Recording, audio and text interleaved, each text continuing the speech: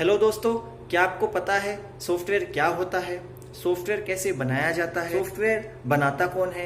और अगर हम सॉफ्टवेयर बनाना चाहें तो उसके लिए हमें क्या करना होगा? तो चलो आज हम इस वीडियो में सीखेंगे कि सॉफ्टवेयर कैसे काम करता है, कैसे बनाया जाता है।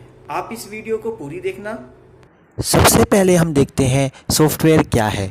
प्रत्येक सॉफ्टवेयर किसी एक विशेष कार्य को करने के लिए बनाया गया है। जैसे अगर हमें ड्राइंग बनानी है तो उसके लिए हम पेंट सॉफ्टवेयर का यूज़ करते हैं। अगर हमें टाइपिंग करके कुछ लेटर, एप्लीकेशन, एसे या कोई डॉक्यूमेंट लिखना है तो उसके लिए हम MS वर्ड सॉफ्टवेयर का यूज़ करते हैं। और अगर हमें इंटरनेट चलाना है तो उसके लिए हम ब्राउज़र का यूज़ करते हैं।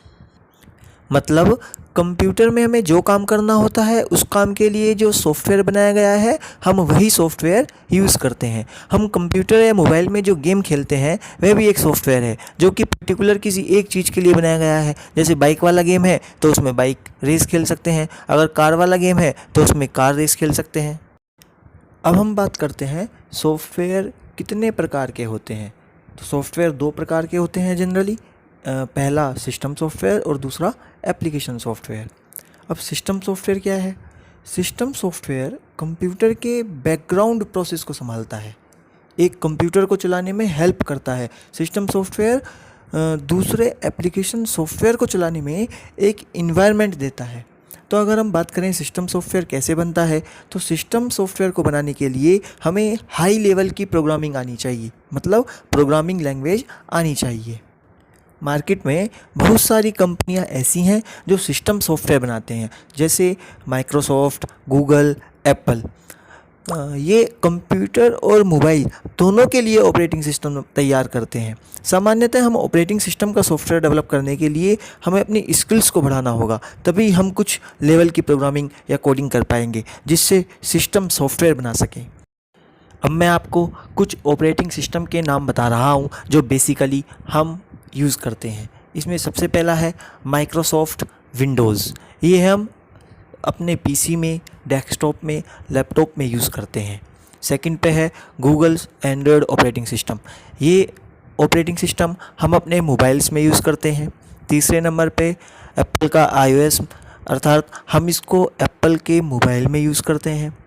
चौथे नंबर पे एप्पल मशीनतोस ऑपरेटिंग सिस्टम, इसको हम एप्पल के लैपटॉप में यूज़ करते हैं।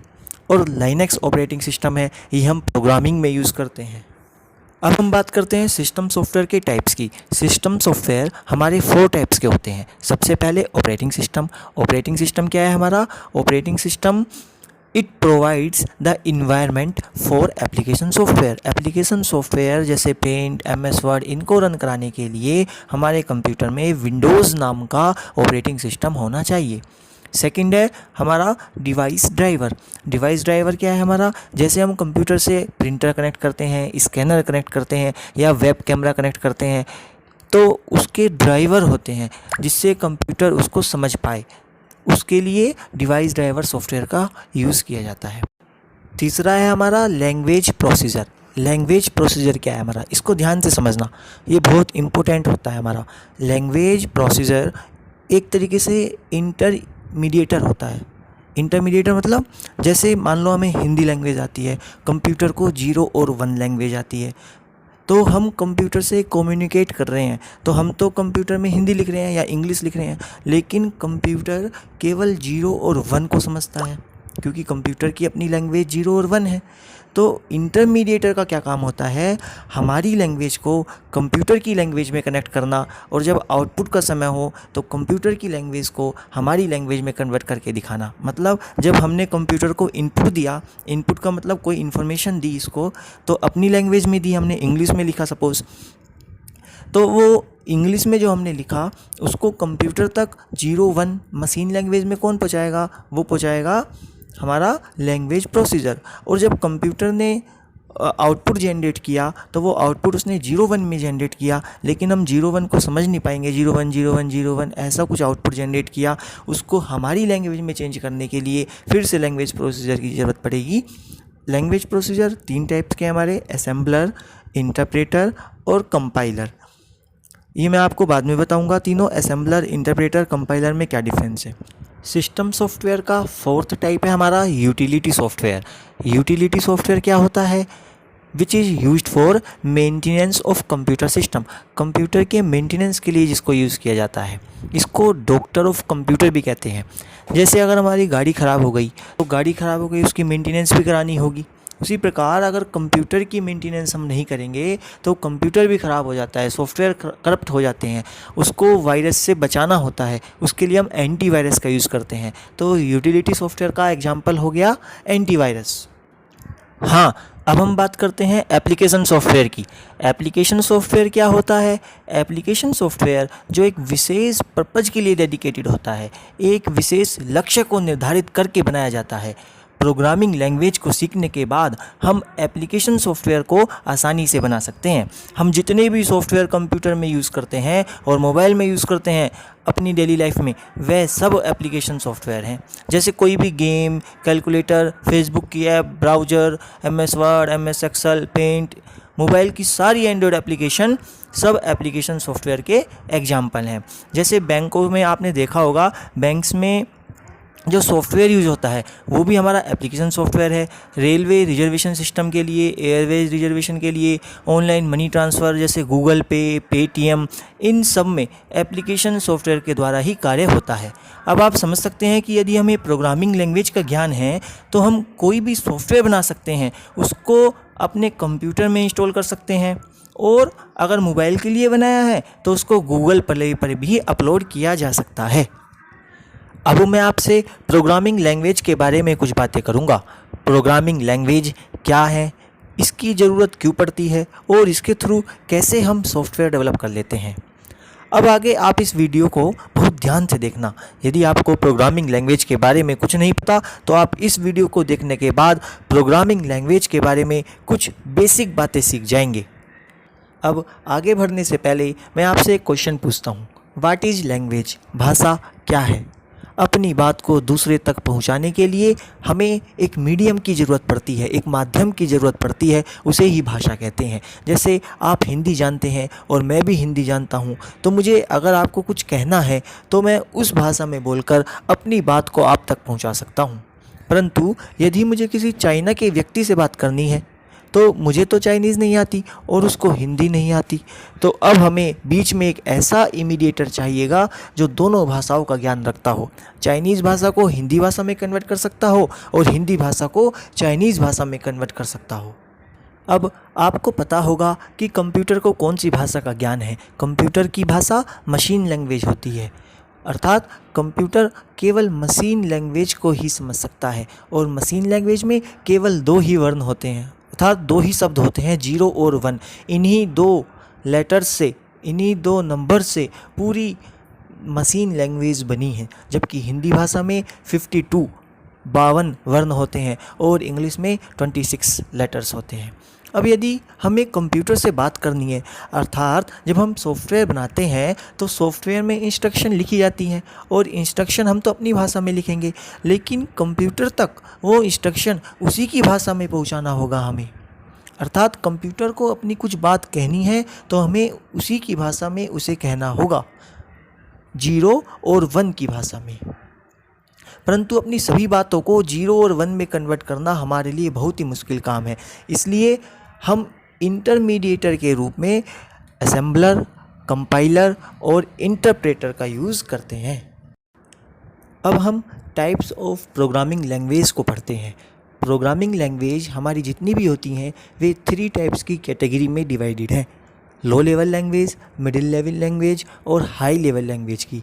आजकल जो हम प्रोग्रामिंग करते हैं वो हाई लेवल लैंग्वेज में हम प्रोग्रामिंग करते हैं। पहले हम लो लेवल लैंग्वेज में करते थे, फिर मिडिल लैंग्वेज में भी हमने प्रोग्रामिंग की है, परंतु ये थोड़ी टफ पड़ती हैं। लो लेवल लैंग्वेज क्या है? इसको मशीन लैंग्वेज भी कहा जाता है। इसमें हम कंप्यूटर को जो भी इंस्ट्रक्शन देंगे वो हम 1 और 0 की फॉर्म में देंगे। मतलब जैसे हमें 2 संख्याओं का ऐड करना है, 8 + 2 = 10 आना है, तो हम 8 डिजिट भी बाइनरी में लिखेंगे, प्लस का सिंबल भी, और 2 डिजिट भी हम बाइनरी में लिखेंगे, मतलब 0 और 1 की फॉर्मेट में लिखेंगे। तो ये बहुत टफ टास्क हो जाती है, तो इसलिए हम लो लेवल लैंग्वेज का प्रयोग नहीं करते हैं। लेकिन लो लेवल लैंग्वेज में प्रोग्रामिंग करने का एक फ़ायदा क्या है कि इसमें हमें किसी भी प्रकार की इंटरमीडिएटर की ज़रूरत नहीं पड़ती, क्योंकि इसमें हम डायरेक्ट कंप्यूटर की भाषा में ही प्रोग्रामिंग कर रहे हैं, इसलिए हमें कोई इंटरमीडिएटर की ज़रूरत नहीं है। अब हम बात करते हैं असेंबली लैंग्वेज की। असेंबली लैंग्वेज में क्या होता है, इसमें हम मैनीमोनिक्स कोड का यूज़ करते हैं इंस्ट्रक्शन को देने के लिए। जैसे हमें 3 संख्याओं का सम करना है ABC, तो सबसे पहले हम इसमें एक्यूमुलेटर रजिस्टर्स का यूज़ करेंगे, लेकिन ये भी हमारे लिए टफ पड़ता है। थर्ड नंबर पे हमारी होती है high level language. High level language में C++, जावा, VB.NET, SQL, HTML, PHP, Python, Ruby, Fortran, COBOL, ये सारी हमारी हाई लेवल लैंग्वेज हैं। इन्हीं के अंदर हम सॉफ्टवेयर आज की तारीख में क्रिएट करते हैं। ये बहुत ही ईजी पड़ती हैं, एक बार इनका कोड हमको आ जाए तो हम कोई भी सॉफ्टवेयर इसमें बना सकते हैं।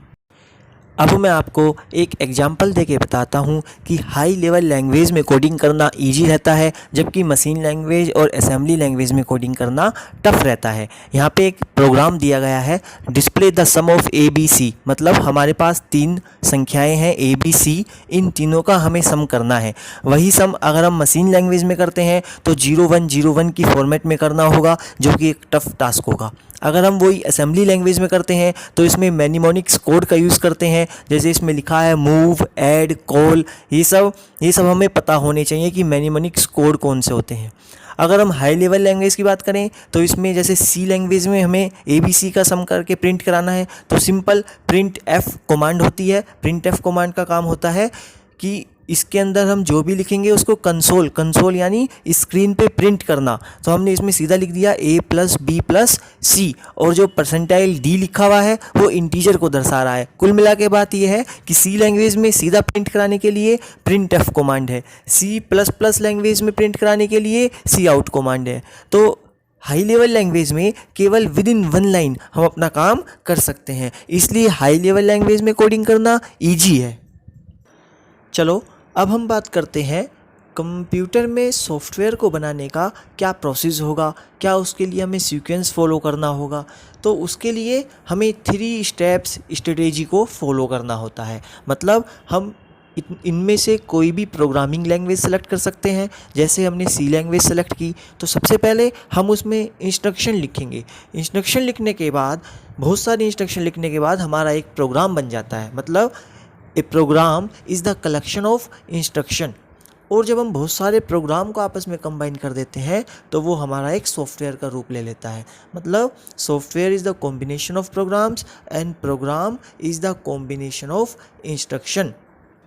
अब हम यहाँ पे प्रोग्रामिंग के सिंटैक्स की बात करते हैं। प्रोग्रामिंग का सिंटैक्स मतलब जैसे हमें इंग्लिश लैंग्वेज सीखनी है तो इंग्लिश लैंग्वेज सीखने के लिए उसका कुछ बेसिक रूल होता है, जैसे subject plus verb plus object. हम कोई भी सेंटेंस बनाएंगे इंग्लिश लैंग्वेज में तो वो इसी फॉर्मेट में होगा, पहले सब्जेक्ट होगा, फिर वर्ब होगा, फिर ऑब्जेक्ट होगा, मतलब स्टार्टिंग, मिडिल और एंडिंग। इसी प्रकार C लैंग्वेज के लिए भी ऐसे ही रूल डिफाइन है, मतलब पहले स्टार्टिंग में क्या लिखना है, मिडिल में क्या लिखना है और एंडिंग में क्या लिखना है। तो अगर हम C language basic syntax rules की बात करें तो सबसे पहले 2 हमारी हेडर फाइल होती हैं, ये हमारी फिक्स रहती हैं, हैश इंक्लूड stdio.h, h मतलब हेडर फाइल। सेकंड है इंक्लूड conio.h। ज़रूरत के हिसाब से हम इन हेडर फाइल को घटाया बढ़ा सकते हैं। अब उसके बाद बात करते हैं हम मेन बॉडी की। मेन बॉडी मतलब कहाँ से हमारा प्रोग्राम स्टार्ट होगा, मिडिल में क्या होगा और एंडिंग में क्या होगा। स्टार्टिंग का मतलब है वॉइड मेन। जब हम लिखते हैं तो मेन हमारा बेसिकली, इसका नाम ही मेन है, तो मेन फंक्शन होता है हमारा एक। मेन फंक्शन से हमारा प्रोग्राम शुरू होता है। उसके बाद हम कर्ली ब्रेसेस लगाते हैं, वो वहाँ से हमारी प्रोग्राम की स्टार्टिंग हो गई। सेकंड नंबर पे मिडिल में क्या दिख रहा है आपको, print F hello this is my first program. ये एक इंस्ट्रक्शन लिखी है हमने। मतलब जब प्रोग्राम हमारा रन करेगा तो हमारे पास एक मैसेज लिखा हुआ आना चाहिए, hello this is my first program. उसके बाद सेकंड इंस्ट्रक्शन हमने गेट ch लिखी है। इसका काम होता है कंसोल पे आउटपुट को रोके रखना। इस तरह हमने इस वाले प्रोग्राम में 2 इंस्ट्रक्शन का यूज़ किया है। उसके बाद एंडिंग में फिर से हम कर्ली ब्रेसिस को बंद करेंगे। जैसे हमने स्टार्टिंग में कर्ली ब्रेसिस को ओपन किया था, एंडिंग में कर्ली ब्रेसिस को बंद करते हैं। और इन दोनों कर्ली ब्रेसिस के बीच में जितना भी बॉडी होती है, मतलब जो मिडिल पार्ट है, उसमें हम इंस्ट्रक्शन लिखते हैं। यहाँ पे मैं आपको एक बात और बताना चाहता हूँ कि जितनी भी प्रोग्रामिंग लैंग्वेज होती हैं, सबका सिंटैक्स थोड़ा थोड़ा अपना डिफरेंट होता है। जैसे हमें इंग्लिश लैंग्वेज सीखनी है तो उसमें हम सेंटेंस लिखेंगे तो उसके रूल्स अलग हैं, हिंदी में सेंटेंस लिखना है तो उसके रूल्स अलग हैं, चाइनीज़ सीखते हैं तो उसके रूल्स अलग हैं। इसी प्रकार प्रोग्रामिंग लैंग्वेज की अपनी ग्रामर अलग होती है। अगर आप प्रोग्रामिंग में नए हैं और बिल्कुल बेसिक से स्टार्टिंग से प्रोग्रामिंग लैंग्वेज सीखना चाहते हैं तो मैं आपको सजेस्ट करूंगा आप सबसे पहले सी लैंग्वेज सीखें, क्योंकि सी लैंग्वेज को सीखने के बाद आप C++, जावा, HTML भी आसानी से सीख सकते हैं। बस आपको एक बार सी लैंग्वेज में बेसिक मजबूत करना है। चलो दोस्तों, आज के लिए बस इतना ही। अगर आपका कोई क्वेश्चन है तो आप नीचे कमेंट बॉक्स में लिख सकते हैं, जिससे कि मैं उसका जवाब दे सकूं। और हाँ, यदि आप इस पेज पर नए हैं तो आप इस पेज को इंजीनियर रजत ट्यूटोरियल को ज़रूर सब्सक्राइब करें, जिससे कि मेरी कोई भी नई वीडियो आए तो वो आप तक पहुंच पाए।